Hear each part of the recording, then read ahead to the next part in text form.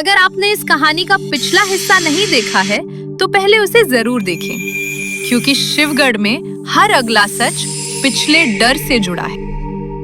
मीरा आरव को गांव के पीछे वाले हिस्से में ले गई, जहां घने जंगल के बीच एक पुराना पत्थरीला रास्ता था। रास्ता कांटों और बेलों से ढका हुआ था, लेकिन साफ था कि ये इंसानों के आने जाने के लिए कभी प्रयोग होता था। कुछ किलोमीटर चलने के बाद एक प्राचीन मंदिर की झलक दिखाई दी। पत्थर से बना, ऊपर से झुका हुआ, लेकिन अब भी उसका आकार एक सर्प जैसा प्रतीत होता था। मंदिर का दरवाजा लोहे का था, भारी और जंग लगा हुआ, लेकिन जैसे ही आरव ने उसे छुआ, वो खुद ब खुद हल्का सा खुल गया। अंदर अंधेरा था, पर एक हल्की नीली रोशनी छत से आती दिखाई दी। अंदर की दीवारों पर सांपों की आकृतियां खुदी हुई थीं, कुछ पूजनीय, कुछ भयावह।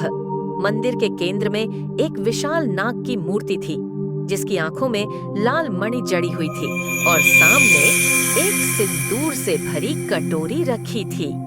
कटोरी में खून के धब्बों जैसे कुछ निशान भी थे, और तभी आरव को फिर वही फुसफुसाहट सुनाई दी। तू लौटा है अधूरा कार्य पूरा करने। आरव मंदिर के भीतर और अंदर गया।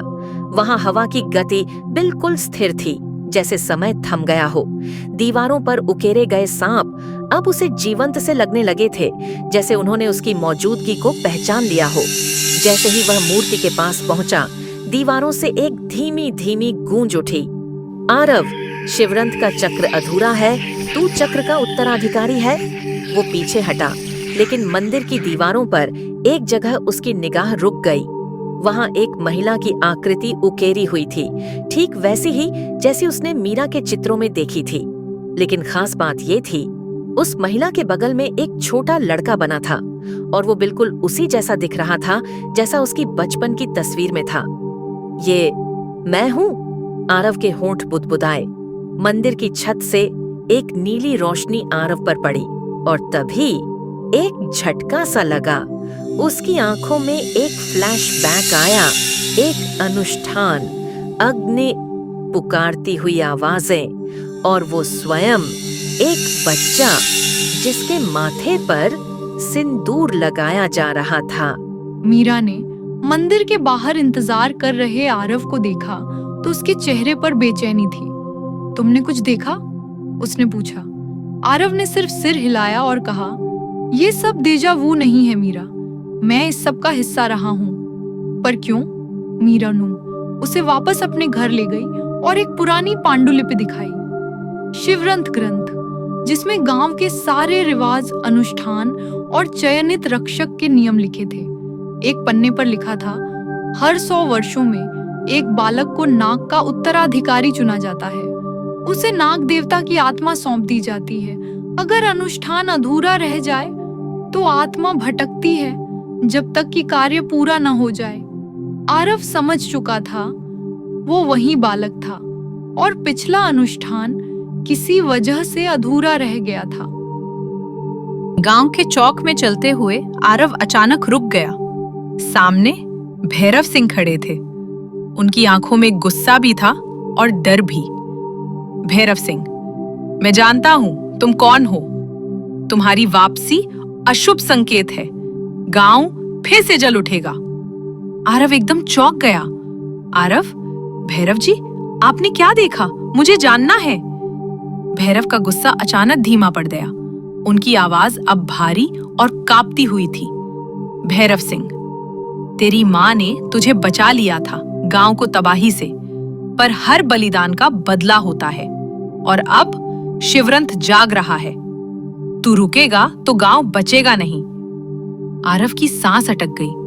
उसने खुद से फुसफुसाकर कहा, मेरी माँ? क्या वो भी इसमें शामिल थीं? मीरा ने आरव को एकांत में ले जाकर एक ऐसा रहस्य बताया जिसमें उसके भीतर सब हिला दिया।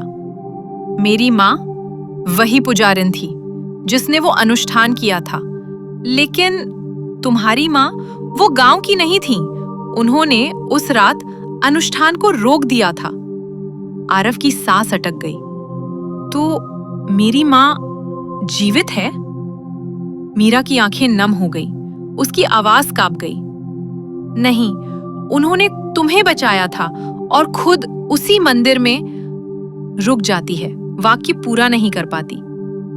आरव का सीना भारी हो गया, उसका मन जैसे पत्थर बन गया। वो मंदिर जहां उसकी मां ने उसे बचाया, वही अब उसे पुकार रहा था। उस रात आरव ने धीरे लेकिन दृढ़ आवाज में कहा, अब मैं भागूंगा नहीं। अगर मैं इस चक्र का हिस्सा हूं तो इसे खत्म करूंगा। अगली रात आरव अकेला मंदिर की ओर निकल पड़ा। उसके मन में सिर्फ एक बात थी, अब सच से भागना नहीं है। मंदिर में दाखिल होते ही वातावरण अचानक बदल गया। दीवारों पर बने सांपों की आकृतियां जैसे हल्का हल्का हिलने लगी और हवा में एक जानी पहचानी गंध फैल गई, चंदन और राख की मिली-जुली महक। जैसे ही वो गर्भगृह में पहुंचा, सामने रखी कटोरी से लाल धुआं उठने लगा और फिर जो उसने देखा, उससे उसका खून जम गया।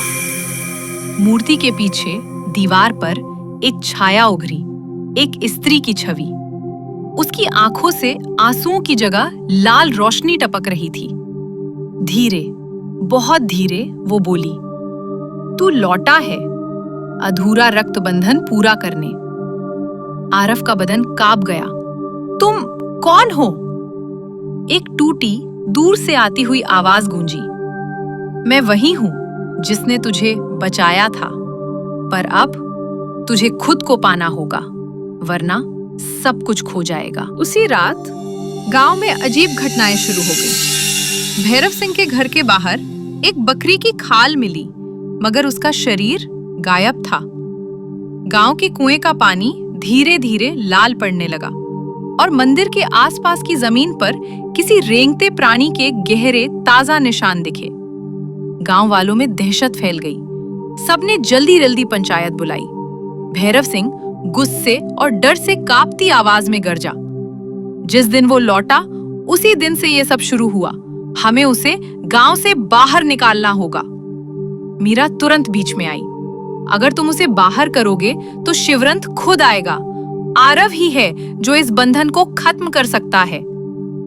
और बस गांव दो हिस्सों में बंट गया, एक तरफ डर, दूसरी तरफ विश्वास। मीरा ने आरव से कहा, मंदिर के नीचे एक गुप्त मार्ग है जहां पुराने अभिलेख और रजिस्टर रखे गए हैं। हो सकता है वहां तुम्हारे जन्म और अनुष्ठान की असल सच्चाई हो। रात के तीसरे पहर दोनों ने मंदिर के पिछवाड़े की दीवार पर रखा एक पुराना पत्थर हटाया और वहां से एक संकरी सीढ़ी नीचे उतरती मिली। नीचे का वातावरण सड़ा हुआ, भारी और घुटन भरा था, जैसे सदियों से वहां हवा तक नहीं पहुंची हो।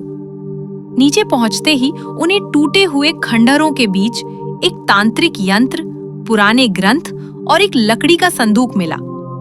संदूक खोलते ही जो मिला उसने आरव की सांसें रोक दी।